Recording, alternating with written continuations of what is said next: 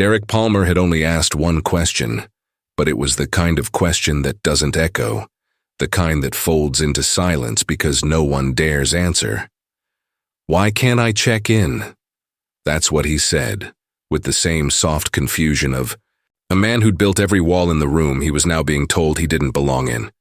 He wasn't angry. He wasn't yelling. He stood there, tired, worn down from the road, one hand on the handle of his 4-year-old daughter's suitcase, the other holding her tiny fingers, and repeated himself. "This is my hotel. My name's on the deed. You don't know Derek, no one really does. But I was there that night.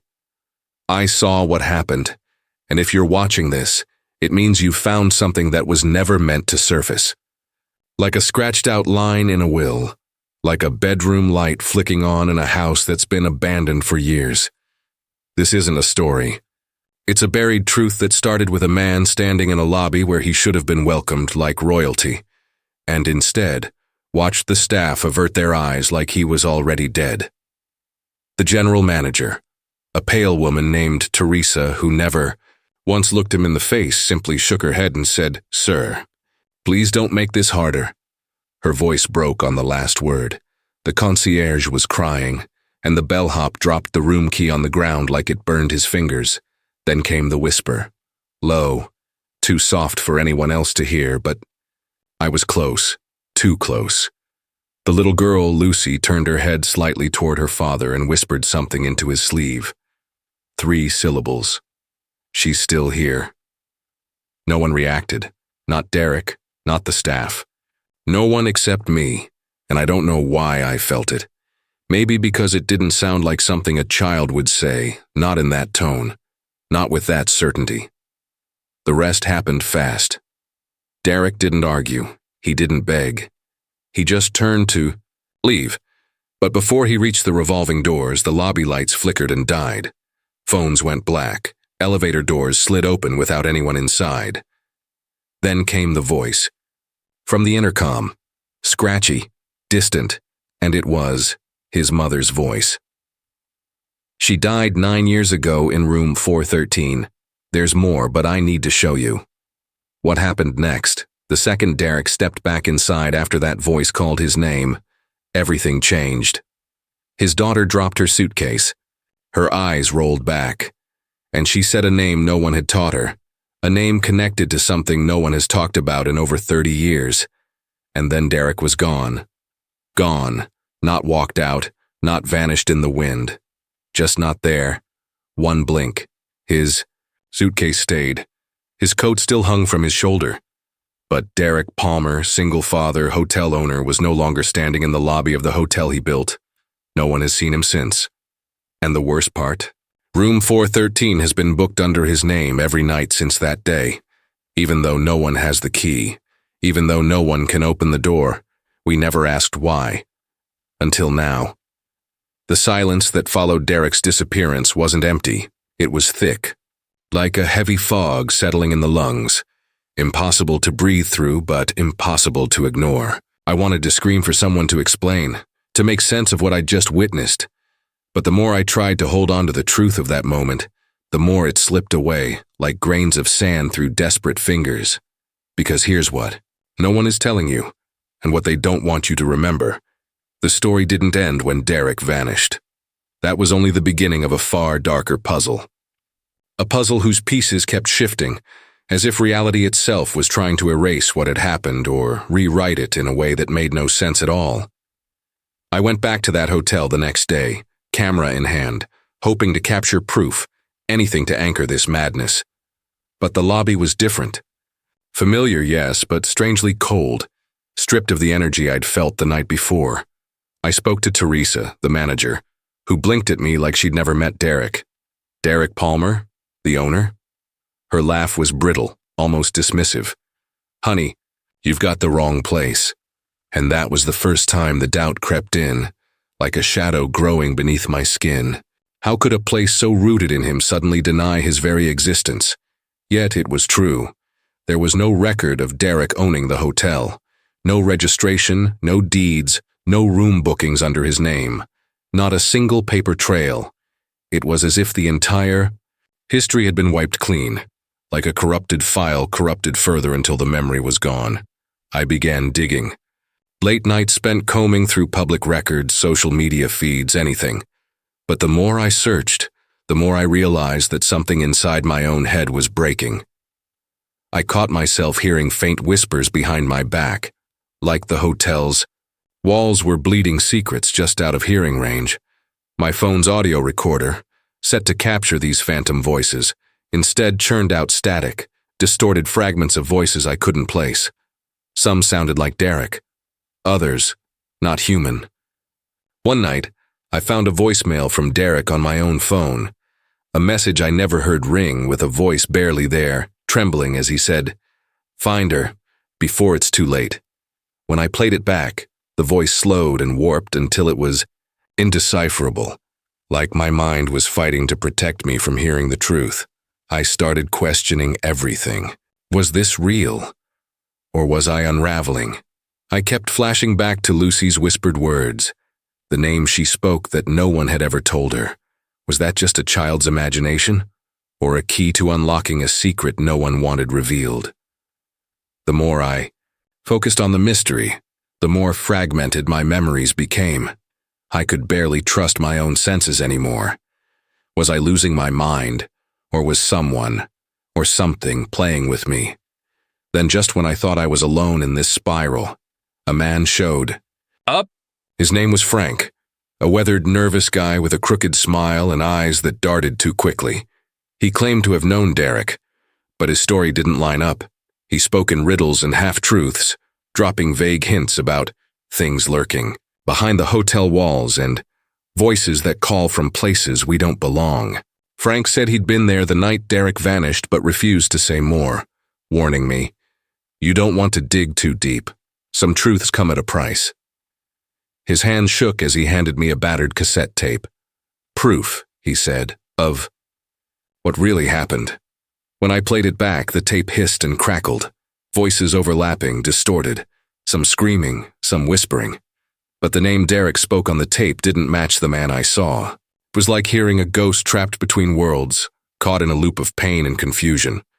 Frank's presence felt like a puzzle piece that almost fit, but not quite. He disappeared as quickly as he came, leaving me to wrestle with shadows and doubt. Was he a friend or a phantom? Someone trying to help or just another voice in the chaos? I found myself replaying his warnings, haunted by the idea that the hotel was a gateway to something darker, something that warped minds and swallowed people whole. I keep returning to the question Derek asked. Why can't he check in? Was he ever really there? Or was he just a fragment of someone's fractured mind, a projection of trauma no one's ready to face? The truth feels buried beneath layers of silence and fear, but every time I try to let it go, I hear that faint voice, again whispering from the empty room where Derek disappeared. The voice says, "She's still here," and the moment I hear it, I realize I don't know who she is, but I'm certain she's waiting for me or for something worse. What they don't want you to remember isn't just Derek's story. It's all of ours. And the real unsolved mystery? What if the truth isn't out there at all, but inside our own minds, where reality fractures and nothing is ever as it seems?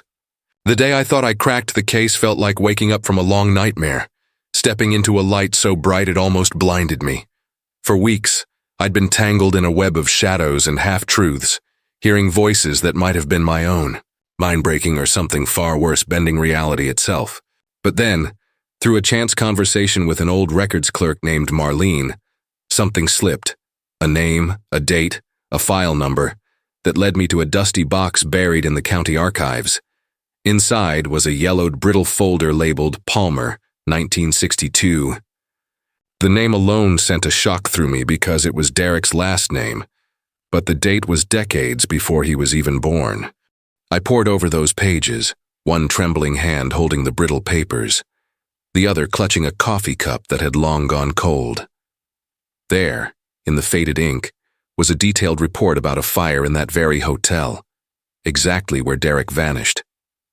Tragic accident, or so the official story went.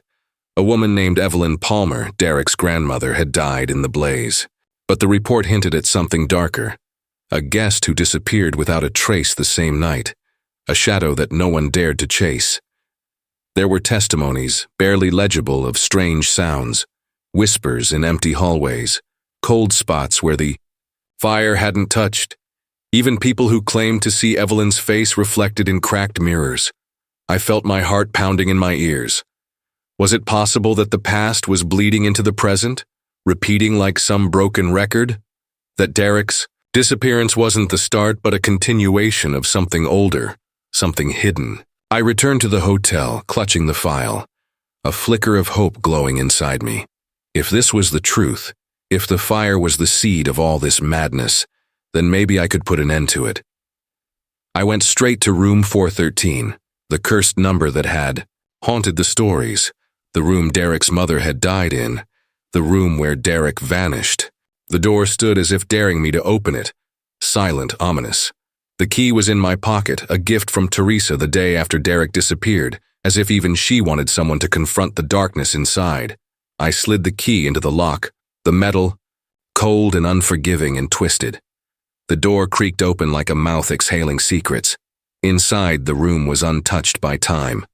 A thick layer of dust covered the furniture, but the air was heavy, suffocating, as if the walls were breathing slowly. Waiting. I stepped inside, the floor creaking beneath me, and then I heard it. A soft murmur, like a lullaby barely audible. A voice so familiar I felt it scrape the edges of memory. It was Evelyn, or something wearing her voice like a mask. The whispers curled around me, threading through the air like smoke, twisting into names I couldn't place, times I couldn't remember. Then, a sudden, sharp scent. Smoke, burnt fabric, something acrid and metallic. My skin prickled. I realized the room wasn't just haunted by ghosts. It was alive with something ancient, something that had been waiting for me to find this file, this room, this truth. For a moment, I almost believed I was safe, that the mystery was unfolding, that the hidden truth was finally mine to hold. But then I found it, tucked in the bottom drawer of the old dresser, a cracked Polaroid. It showed a man I didn't recognize, standing beside Evelyn. The date scribbled on the back was recent.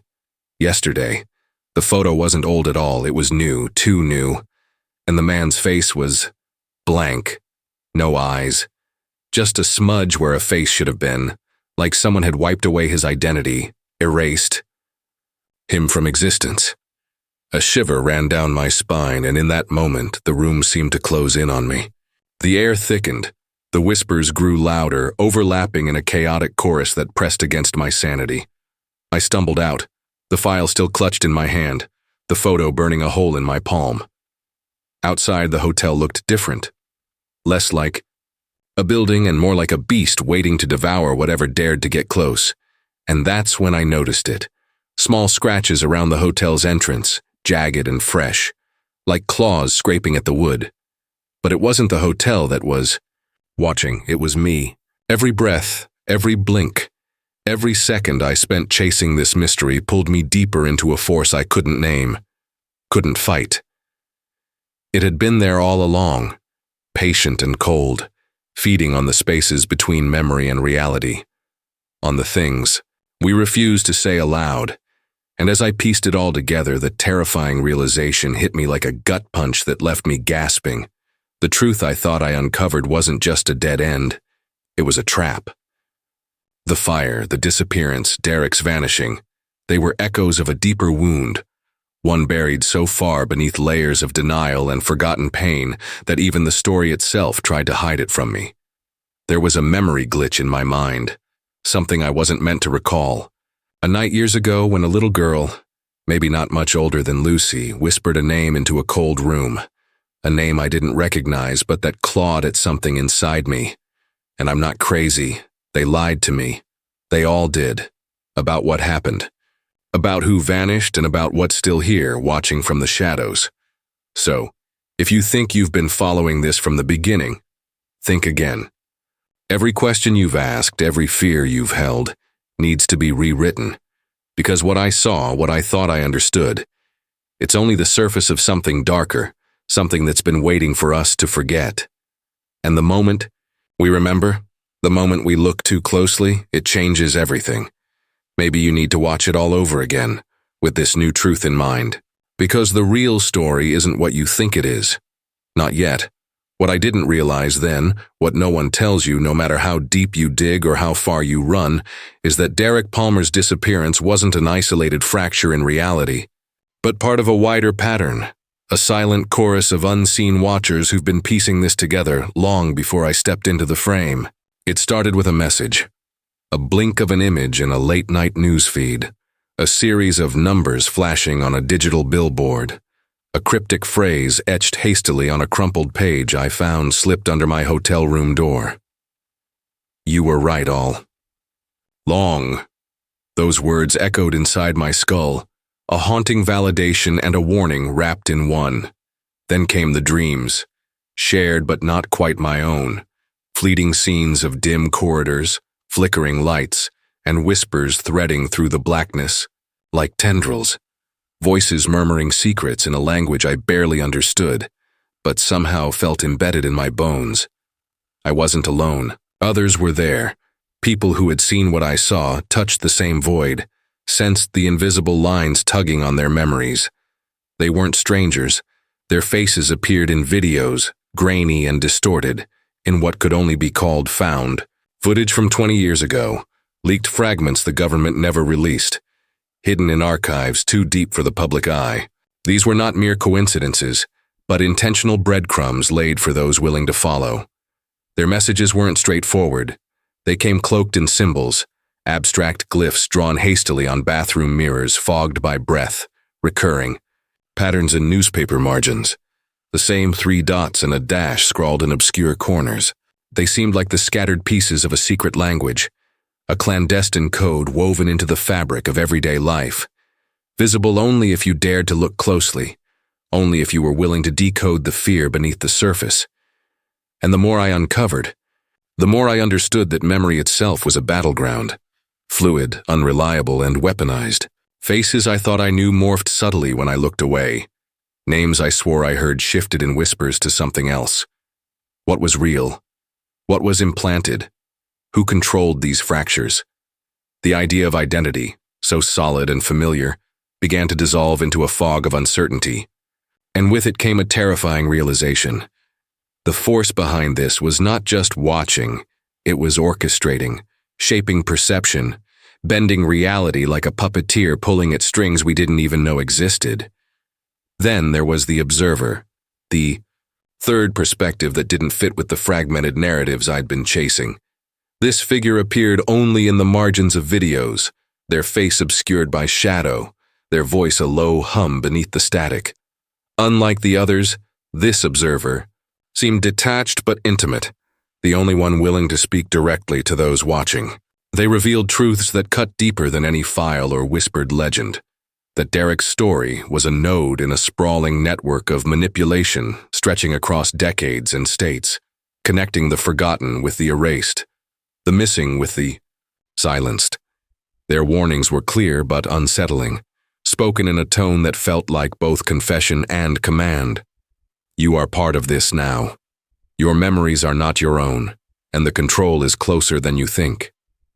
It became impossible not to feel complicit, to deny the creeping dread that the boundaries between watcher and watched were blurring.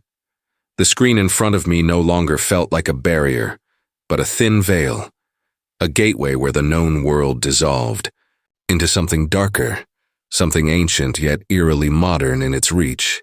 What was supposed to be a quest for truth transformed into an initiation, into a conspiracy so vast and deep that every certainty was stripped away, leaving behind a raw, exposed nerve of paranoia and questioning. The clues weren't just clues anymore. They were a map pointing to a force that had been there from the beginning, lurking just beneath the surface of every memory, every whispered name, every shadowed corner. And as I write this now, the symbols are appearing everywhere, on street signs, in the patterns of rain against my window, in the faces of strangers whose eyes flicker with recognition before they vanish into the crowd. The observer's voice haunts me still, a reminder that this story is far from over, that every answer only births new questions. I don't know what waits on the other side of this veil, or how deep the control truly runs. But one thing is clear. This is no longer just Derek's story. It's ours. And if you're watching this, reading these words, feeling the weight of the unknown pressing in, you are part of it too.